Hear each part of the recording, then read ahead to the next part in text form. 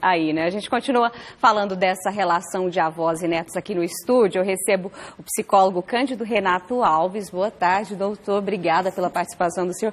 A gente viu que existe uma troca aí, né, na reportagem da Danusa. Os netinhos já estão ensinando os avós sobre a questão de tecnologia, de celular, e os avós, claro, com muita história para contar. É uma troca bastante, digamos assim, enriquecedora. Com toda certeza. Uma boa tarde, obrigado pela oportunidade de estar aqui. E, de fato, há uma possibilidade de troca entre os avós e os netos. Né? Os avós, qual que é a função dos avós? É mostrar e contar a história da família, a tradição da família. Os avós, eles trazem uma bagagem de vivência, de conhecimentos que está relacionada a uma história de vida, uma história às vezes de sucesso, às vezes uma história de fracasso, que também serve de lição para que as pessoas possam aprender a como lidar com algumas diversidades durante a vida. Então os avós, eles geralmente ocupam muito esse lugar de trazer a herança cultural dessa família na vida dos netos. E hoje a gente percebe que os netos, diante das tecnologias, eles ocupam o lugar de aproximar os avós, né, e as pessoas, de forma geral, um pouco mais, digamos, mais velhas, né, um pouco mais vividas, que não tiveram esse convívio com a tecnologia desde quando nasceram, que é a realidade dos jovens de hoje, aproximar essas pessoas desse meio de comunicação que é tão forte na atualidade. Você aí de casa pode participar desse bate-papo nosso aqui com o psicólogo, com o Dr. Cândido Renato Alves, pelo nosso WhatsApp, 996311006. Pode mandar também o seu alô para o seu vovô, para a vovó, mandar um beijinho para eles hoje, nesse dia tão bacana. Doutor, existe hoje, nessa rotina de muito trabalho, né, as pessoas sempre correndo de um lado para o outro, os avós, às vezes, acabam assumindo, né, o papel de pais mesmo, né? É comum hoje os filhos deixarem, né, os netos ficarem com os avós enquanto os pais vão trabalhar. Nesse ponto, o avô realmente assume essa função de educar. Só que é uma educação, digamos, um pouco mimada, né? Até que ponto isso traz, né, uma educação de qualidade para essa criança? O que os avós precisam preocupar na hora de educar os netos? Então, né, nessa situação que você traz, nesse exemplo em que os pais, eles são presentes, eles participam da vida dos filhos e que os avós, eles estão ali contribuindo com esse processo educacional, esses avós, eles não são os únicos responsáveis pelo processo de formação desse indivíduo, desse sujeito. Eles são participantes desse processo. Existe, de fato, um estigma de que os avós, eles podem ser permissivos demais e que isso possa, como diz socialmente, estragar a criança, mimar a criança demais. Mas, na verdade, isso também pode acontecer com pais que são muito permissivos, que não colocam limite, que não estabelecem as regras, que não se preocupam, não têm um compromisso com a educação do sujeito. Mas também existem avós que têm uma postura um pouco mais rígida, que estabelecem os limites de uma forma clara e que, às vezes, inclusive, são até exigentes demais. Então, vai depender muito de como se estabelece a dinâmica de relação daquela família para entender quais são as consequências para as pessoas que estão ali convivendo. Mas, de fato, é uma realidade muito viva na nossa sociedade hoje, os filhos que passam grande parte do tempo com os avós, enquanto os pais estão cumprindo outras obrigações na sociedade. Existe também aquela famosa disputa entre mãe e avó, né? Principalmente se a avó for a sogra da mãe. Sim. Então existe uma certa disputa ali, não, faz isso, não vou fazer aquilo. Vou citar até um exemplo lá de casa. Quando eu era criança, a minha mãe não gostava que eu comesse muito doce, não deixava eu comer biscoito. Aí eu ia para casa da minha avó, ela colocava uma vasilha grande cheia de biscoitos e eu podia comer à vontade. Como que faz para balancear isso? É legal, às vezes, a mãe dar um toque para a avó, olha, não é bem assim. Vamos ajustar aqui essa forma de educar? Tem uma certa rivalidade mesmo, né? A gente percebe que, de fato, é entre a nora e a sogra, né?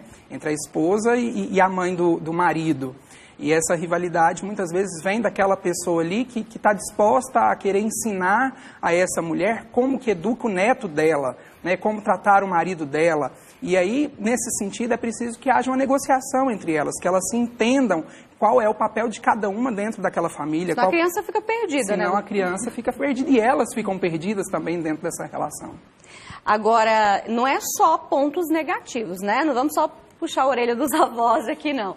Existem pesquisas, inclusive, que mostram que a criação, né, com os avós, esse contato com os avós, traz muitos benefícios, né, ao longo da vida, né, até quando a pessoa se torna adulto. Fala um pouquinho pra gente sobre esses benefícios. Sim, com toda certeza. A presença dos avós, ela é marcada principalmente por como acontece o processo de construção afetiva nessa relação. Isso é o mais importante. E essa forma como essa relação é construída, ela vai marcar aquele sujeito. Então, isso pode acontecer tanto de forma negativa quanto de forma positiva. Então, vai depender muito de como se estabelece essa dinâmica de relação entre esses avós e essas crianças.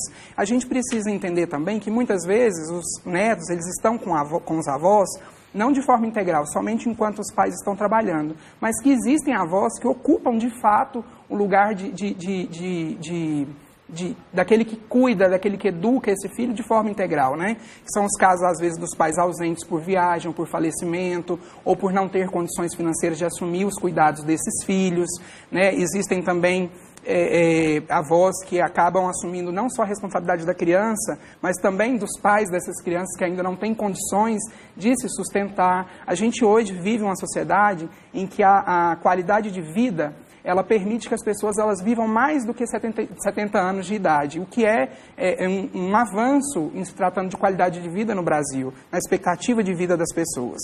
Então, a gente tem hoje, de fato, uma grande participação dos avós no processo de criação dos netos, né? E lembrando que avós não são somente as pessoas mais idosas, a gente sabe que existem avós aí que são mais jovens, mas o que marca hoje de forma mais forte são os avós que estão já vivenciando ali o que a gente chama de período da velhice ou pessoa idosa, terceira idade. Pois é, doutor, nessa questão dos avós muito jovens, às vezes acontece a pessoa ser avó antes dos 40 anos, né? Sim. E é difícil, às vezes, assimilar aquele papel de avô. Só que para a criança ele tem toda essa representatividade, né? O que esses avós tão jovens precisam se preocupar na hora de educar o neto?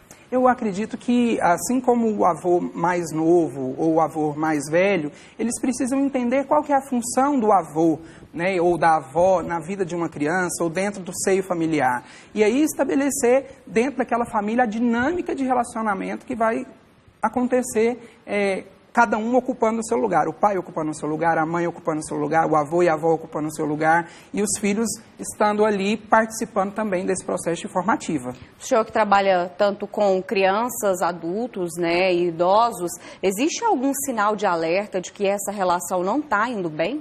Sim, inclusive eu atendo alguns casos no consultório de avós que levam os netos ou de pais que levam os filhos por conta dessa relação com os avós, e de fato, essa relação, quando não há um consenso na forma da criação dessa criança, e muitas vezes dos objetivos dos avós serem diferentes dos objetivos dos pais, isso pode apontar para alguma dificuldade de relacionamento dessa criança no processo de desenvolvimento, porque o sujeito ele está ali entre duas pessoas importantes para ele, que muitas vezes não se encontram nas ideias, e esse conflito que é de duas pessoas adultas, ele pode passar a ser um conflito daquela criança.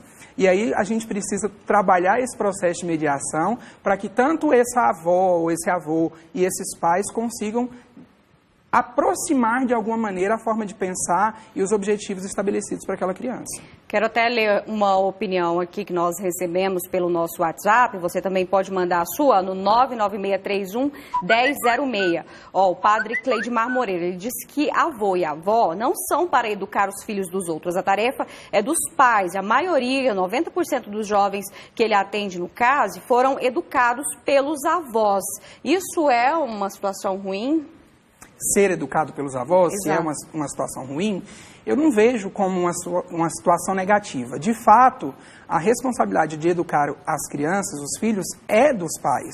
Mas muitas vezes esses pais eles não podem, por alguma razão pessoal ou por alguma razão externa, cuidar desses filhos, e alguém precisa assumir essa responsabilidade, né? E se os avós possuem essa disponibilidade, eu vejo que se também a relação que se estabelece entre eles é uma relação de afeto, de confiança, e esses avós conseguem ocupar de forma tranquila esse lugar na educação dos filhos, eu não vejo isso como um problema. Mas é claro que se a criança puder ficar com os pais e esses forem as melhores pessoas para ocupar esse lugar de cuidado com essas crianças, é adequado que seja com os pais.